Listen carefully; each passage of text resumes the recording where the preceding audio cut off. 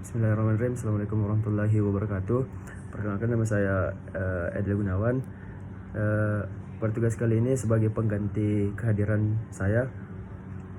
Jadi saya akan menjelaskan materi tentang pemeriksaan perkara, yang dimana mekanisme pemeriksaan perkara di Peradilan Tata Usaha Negara ada dua. Yang pertama ada persiapan, dan yang kedua adalah tahap persidangan. Adapun uraian dua tahapan mekanisme pemeriksaan perkara di Peradilan Tata Usaha Negara tersebut. Yang pertama ada tahap pemeriksaan persiapan, yang dimana dalam pemeriksaan persiapan sebagaimana dimaksud tersebut, hakim wajib memberi nasihat kepada penggugat untuk memperbaiki gugatan dan melengkapinya dengan data yang diperlukan dalam jangka waktu 30 hari. Kemudian tahap-tahap pemeriksaan perkara di persidangan tata usaha negara. Yang pertama ada pemeriksaan pendahuluan, yang dimana isinya itu adalah pemeriksaan administrasi. Ada pemeriksaan administrasi,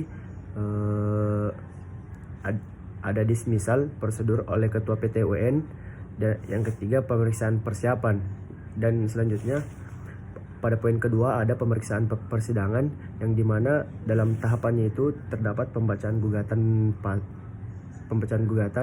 ada pembacaan jawaban, replik, duplik, pembuktian, kesimpulan, dan putusan. Dan poin ketiga yaitu pembacaan putusan, yang dimana poin-poinnya atau dalam tahapannya itu terdapat putusan pengadilan harus diucapkan dalam sidang terbuka untuk umum. Yang tahap selanjutnya, apabila salah satu pihak atau kedua belah pihak tidak hadir pada waktu putusan pengadilan diucapkan atau perintah hakim ketua sidang, salinan putusan ini disampaikan dengan surat tercatat kepada yang bersangkutan. Tidak dipenuhnya ketentuan sebagaimana dimaksud pada ayat pertama, akibat putusan pengadilan tidak sah dan tidak mempunyai kekuatan hukum. Pada poin keempat ada materi pemotongan putusan, yang dimana isinya itu kepala putusan yang berbunyi, demi keadilan berdasarkan ketuhanan yang Maha Esa, nama, jabatan kewarganegaraan, tempat kediaman atau tempat kedudukan para pihak yang bersangkutan, yang bersengketa, ringkasan gugatan dan jawaban tergugat yang jelas, pertimbangan dan penilaian setiap bukti yang diajukan dalam hal yang terjadi dalam persidangan selama sengketa itu diperiksa. Adapun poin kelima yaitu amar putusan, yang di dalam tahapannya itu yang terdapat gugatan ditolak, gugatan dikabulkan, gugatan diterima, dan gugatan gugur. Poin keenam, amar tambahan adalah putusan peraturan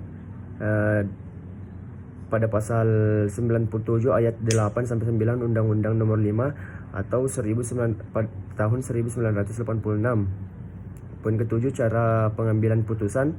Poin ke-8, jangka waktu penyelesaian sengketa tata usaha negara, yang dimana jangka waktu penyelesaian sengketa tata usaha negara adalah 5. Yang poin ke-9, minutasi putusan. Yang poin ke-10, upaya hukum banding, dan poin ke-11, upaya hukum kasasi. Yang ke-12, upaya hukum peninjauan kembali, yang dimana poin-poinnya terdapat atau tahapnya terdapat tahapan terhadap putusan pengadilan yang telah memperoleh kekuatan hukum tetap dapat diajukan permohonan peninjauan kembali kepada Mahkamah Agung. Acara pemeriksaan peninjauan kembali, acara peninjauan kembali sebagaimana dimaksud dalam ayat pertama. Poin ke-13 yaitu pelaksanaan putusan, yang dimana poin-poinnya terdapat salinan putusan pengadilan yang telah memperoleh kekuasaan hukum tetap. Yang kedua, apabila setelah 60 hari kerja putusan pengadilan yang telah memperoleh kekuasaan hukum tetap sebagai tetap. Poin selanjutnya, dalam hal tergugat ditetapkan harus melaksanakan kewajiban. Poin keempat, dalam hal tergugat tidak tersedia melaksanakan putusan pengadilan yang telah memperoleh kekuatan hukum tetap terhadap pejabat yang bersangkutan, dikenakan upaya paksa terhadap pejabat yang bersangkutan. Selanjutnya, di samping di samping diumumkan pada media masa atau cetak sebagaimana dimaksud pada ayat kelima, Ketua Pengadilan harus mengajukan hal ini kepada Presiden sebagai pemegang kekuasaan pemerintah tertinggi. Dan poin terakhir yaitu ketentuan mengenai besaran uang paksa, jenis sanksi administrasi dan tata cara pelaksanaan besaran uang paksa. Mungkin sekian. Billahi taufiq wal hidayah. Wassalamualaikum warahmatullahi wabarakatuh.